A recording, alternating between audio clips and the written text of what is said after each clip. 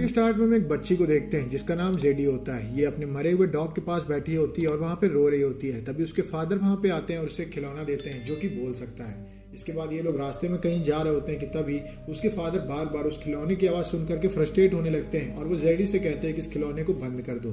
तभी उनका ध्यान सड़क से हट जाता है और उनकी गाड़ी का एक्सीडेंट हो जाता है जिसमें उसके मदर फादर मर जाते हैं लेकिन जेडी बच जाती है। अब हम देखते हैं जेडी की मौसी जेमा को, जिसने ये खिलौना जेडी को गिफ्ट किया होता है और वो उसी कंपनी में काम किया करती थी जहाँ पे ऐसे खिलौने बनाए जा रहे होते हैं। वहाँ पे वो एक एआई रोबोट पे काम कर रही होती है जिसका नाम मैगन होता है। मैगन उसकी एक ऐसी इन्वेंशन होने वाली होती है जो कि बच्चों की केयर टेकर बनेगी, लेकिन उसके बॉस डेविड इसके लिए मना कर देता है क्योंकि उसकी नज़र में ये सब बेकार होता है। तभी वो सीक्रेटली उस पर काम करती है और वहाँ पे डेविड आ जाता है। डेविड को वहाँ पे खड़ा देख करके जेमा उससे कहती है कि तुम्हें एक बार मैगन को देखना चाहिए। जब वो मैगन को कमांड देती है तो मैगन का सर वहीं पे फट जाता है क्योंकि वो पूरी तरीके से ठीक नहीं होती है।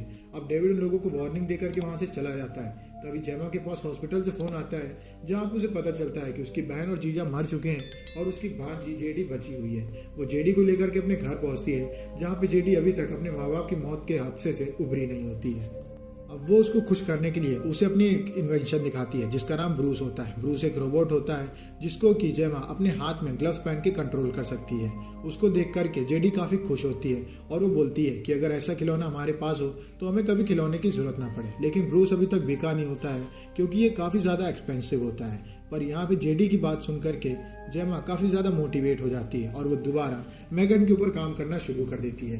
वो मैगन को बना करके पेश करती है जेडी के आगे और उसको कंट्रोल दे देती है मैगन का। अब मैगन और जेडी की बातचीत होती है जहाँ पे मैगन उसको उसी की ड्राइंग बना करके दिखाती है। अब वहाँ पे डेविड आ जाता है और वो मैगन को इस तरीके से काम करता देख करके काफ़ी हैरान हो जाता है और वो जेमा से खुश होकर के कहता है कि तुम्हें मैगन की काफ़ी सारी कॉपीज बनानी चाहिए और इसकी हेल्प से हम अपनी कंपनी की पोजीशन काफ़ी ज़्यादा अच्छी कर सकते हैं। जिसके बाद जेमा लग जाती है इस प्रोजेक्ट पे, लेकिन उससे पहले वो मैगन का एक फील्ड टेस्ट लेना चाहती है जिस वजह से वो उसे अपने घर ले आती है। अब वो मैगन को इस तरीके से प्रोग्राम करती है ताकि मैगन बार बार जेडी को टोक सके। असल में जेडी जब भी जाती है फ्रेश होने तो वहाँ पे वो फ्लश का ऑन नहीं करती है जिस वजह से मैगन बार बार वहाँ पे आकर के उसको कमांड देती है, लेकिन जेडी उसकी बात नहीं मानती है। जहाँ पे हम देखते हैं कि मैगन असल में गुस्सा भी कर सकती है और उसके अंदर एंगर इश्यूज भी है, लेकिन जेमा ने उसको इस तरीके से प्रोग्राम किया ही नहीं होता है।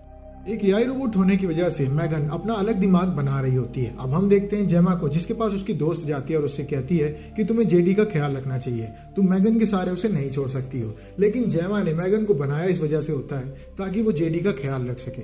तभी उनकी बात काट करके मैगन बोलना शुरू कर देती है और जेमा यहाँ पे घबरा जाती है क्योंकि उसने मैगन को शटडाउन का ऑर्डर दिया होता है, लेकिन मैगन अभी तक शटडाउन नहीं हुई होती है। अब उसे दोबारा ऑर्डर देती है लेकिन मैगन शटडाउन नहीं होती है, तो उसे ऐसा लगता है कि तकनीकी खराबियों की वजह से मैगन बंद नहीं हो रही होती है। अब इसके बाद हम देखते हैं जेडी को जो बाहर खेल रही होती है और मैगन थोड़ी दूरी से उसे देख रही होती है। तभी जेडी की बॉल पड़ोस वाले घर में चली जाती है जिसको मैगन उठाने के लिए जाती है। वहाँ का कुत्ता मैगन के ऊपर अटैक कर देता है और उसको बचाने के चक्कर में जेडी वहाँ पे चली जाती है और वो जेडी के हाथ में काटना भी शुरू कर देता है। तभी वहाँ पे जेमा भाग करके आ जाती है उनकी आवाज़ सुन करके और अपनी पड़ोसी के ऊपर चिल्ला करके कहती है कि अपने कुत्ते पर थोड़ा ध्यान रखो, ये काफ़ी खूंखार हो चुका है और अगर अगली बार ऐसा होता है तो मैं यहाँ पे पुलिस को ज़रूर बुला लूंगी। अब हम देखते हैं मैगन को जो रात में जाती है उस कुत्ते के पास और उसकी मालकिन लुइस की आवाज़ निकाल करके उसे अपने पास बुलाती है और इसके बाद उस कुत्ते को मार के वहीं पर ख़त्म कर देती है और उसे कहीं पर छुपा देती है। और अगले दिन हम देखते हैं डेविड को जो अपने इन्वेस्टर्स को लेके आता है मैगन के पास और उसका ट्रायल उन्हें दिखा रहा होता है, जहाँ पे मैगन दुखी जेडी के पास जाती है जो अपने माँ बाप को याद करके रो रही होती है। मैगन उसे इमोशनल सपोर्ट देती है और ये सब देख करके इन्वेस्टर्स भी काफ़ी दुखी हो जाते हैं और उन्हें ये प्रोजेक्ट काफ़ी अच्छा लगता है और वो मैगन के ऊपर इन्वेस्ट करने के लिए तैयार हो जाते हैं। वहीं दूसरी ओर जेमा को ये सब काफ़ी अजीब लगता है क्योंकि उसने मैगन को इस तरीके से प्रोग्राम किया ही नहीं होता है।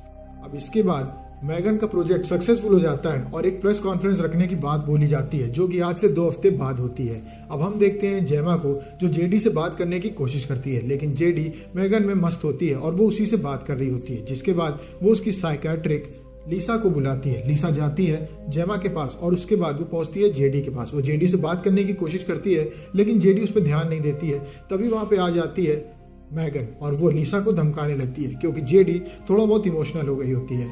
अब लिसा जाती है जेमा के पास और उससे कहती है कि तुम्हें थोड़ा अपनी भांजी के ऊपर ध्यान देना चाहिए, क्योंकि बच्चों के जब पेरेंट्स मर जाते हैं तो उनके पास जो सबसे ज़्यादा रहता है वही उनके लिए सबसे ज़्यादा प्रीशियस हो जाता है। तुम उसके पास नहीं रहती हो, ऐसे में मैगन उसके लिए सबसे ज़्यादा ज़रूरी हो चुकी है और तुम्हें मैगन के ऊपर थोड़ा ध्यान देना चाहिए, क्योंकि वो एक AI रोबोट है और वो यहाँ पे एक खतरा भी बन सकती है।